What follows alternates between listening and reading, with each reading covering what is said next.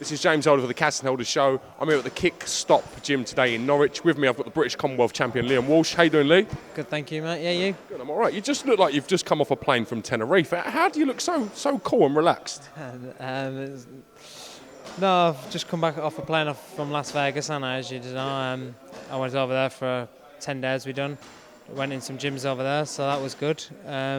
Off to Tenerife tomorrow for 6 weeks, I think it is. You're actually off to Tenerife tomorrow? Yeah, going tomorrow. Flights booked, so off over there. It's not a holiday though. I can assure you, it's hard work all the way over there. It's I do want to go there for a holiday after one of my fights because I don't seem to get anything done but train over there. You know, I keep meaning to do stuff, but I never get it in. It's always work every time I'm there. So yeah, we're off tomorrow. Hard work, and Ryan's fighting on the 26th of June.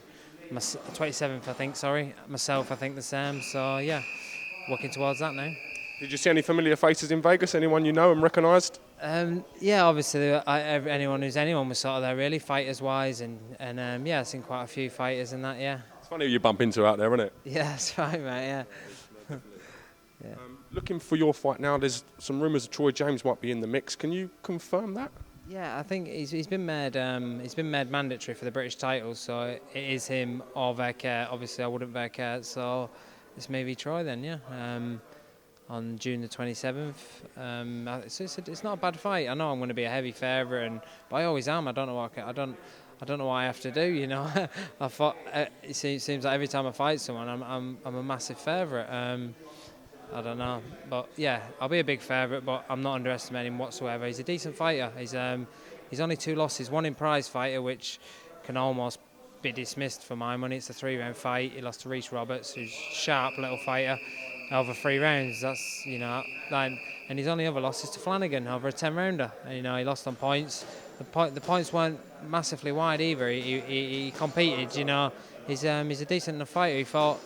I remember him fighting a lad from our gym as an amateur and knocked him out in like 10 seconds. So yeah, he can fight, and I'll give him full respect, and I'll prepare as I do for every fight, and I'll be fully ready when it comes. I mean, Frank Warren, probably a year and a half ago, 2 years ago, was talking you up on the brink of challenging for world titles. For whatever reason, I know you had the car crash before the Burns fight. You've had some other setbacks outside the ring. You haven't got your chance. So have you got one eye on world level? Yeah, definitely. Yeah, I've always had one eye on world level from the day I turned pro. This game's way too hard to dawdle around, and I've only ever strived to be a world champion. And the day I don't believe I can be, I'll stop boxing, because, like I said, the game's well too hard to be pondering around and trying to scrape to earn a living.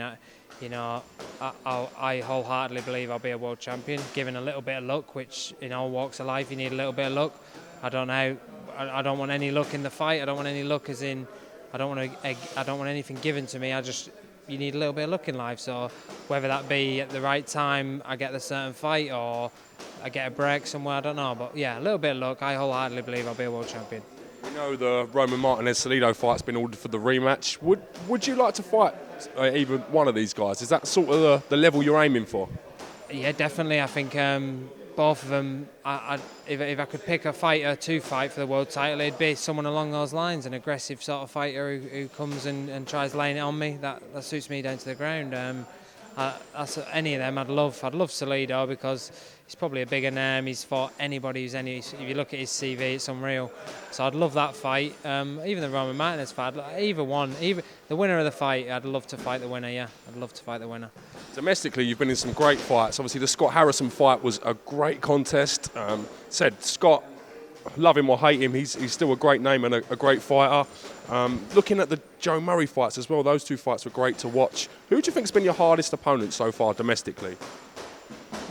I think I've got to say Paul Appleby on that note, because at the stage in my career where I fought him as well, I was quite green at the time. It's taking nothing away from him, because I think I also fought the best Paul Appleby. I think, you know, he came out to Tenerife and sparred with me for the Sykes camp, and he told me that himself. He said I was at my best then, you know, like, I think he'd had a real good camp with Billy. He's living at Billy's house. He got everything right, and I think I got the best Appleby. Yeah, he jabbed against me a lot more than he's ever jabbed, which helped him. He got him in. He was getting his right hands off. I think at the stage of my career and his career, I think that was my hardest fight. Whether or not it'd have been my hardest fight 4 or 5 fights later, I don't know. But like I say, I can only give him credit. He did give me my hardest fight, yeah. Must be getting some good sparring in your own house as well. You've got a twin brother as a professional boxer. Your other brother's tried his hand at boxing. Is he still fighting?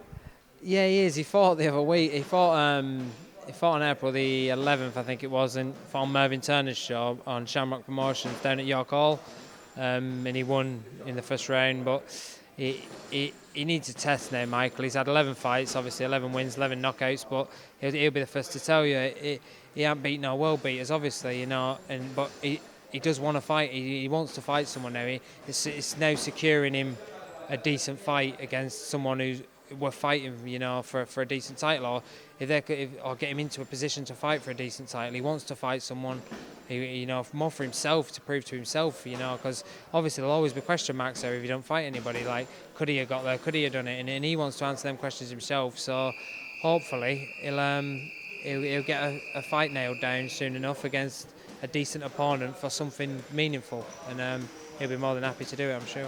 Your brother Ryan as well, only the one defeat on his record coming via Lee Selby. He's, again, looking to kick on this year for something big. Definitely, yeah. He's fighting Samir. I'm not even going to try and pronounce his second name, from Hull. Good fighter.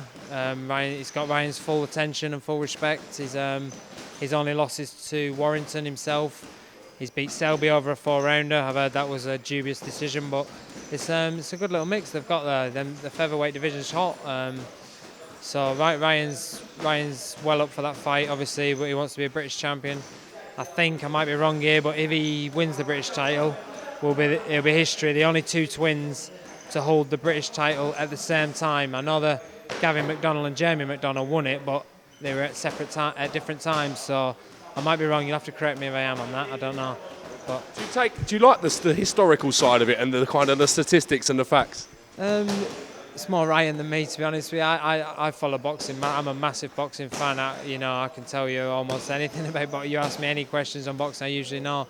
But Ryan likes that part of, he thinks he wins that title. He likes the fact that he'll make a little bit of history, and he's preparing full on for that. Yeah. Who knows? Ryan could be a future Bob May. Who knows? Who knows? Listen, I can't thank you enough for having me down to your gym today. It's got a real kind of sawdust, kind of old school feel, this gym, about it, hasn't it? Yeah, mate, it is. It's nothing fancy. It's what it is. There's a ring, a few bags, wooden floor, what have you. It is an old school gym. You don't need nothing fancy. When I was over in Vegas, I went to the Mayweather gym, and on 24/7 and all that, and it looks all like glitzy and fancy, but in that fancy, it's got a big ring, a little ring, 8 bags, and that's the best fighter in the world training at that gym. And you ain't got nothing stupid or fancy. It's just, you don't need it. This game, you can really walk in off the street and make something of yourself. You can't do that at golf because they won't even let you on the golf course. You can't do it at cricket because you got to have your whites and your batter. This sport is still probably the last of the working sport. You working men, this is the last sport, I believe, that you can really make it big from nothing, because everyone's treated the same. You walk in a boxing gym and you're treated with respect. Everyone treats you the same. I'm running on now. Go on, Matt. Just cut it. Golf. What a waste of a good walk. This is James Helder for iFL TV and BoxNation. Thank you very much. Thank you. Cheers, mate. Thanks. Forgot the wrong ending, didn't I? Fucking went to say Cassius Helder and I said iFL TV. So I'll do that bit again. All right. Yeah, golf. What a waste of a good walk. Said I can't thank you enough for giving us some time today, Liam, and we'll catch you again real soon. Thank you, mate. Cheers. Thanks a lot.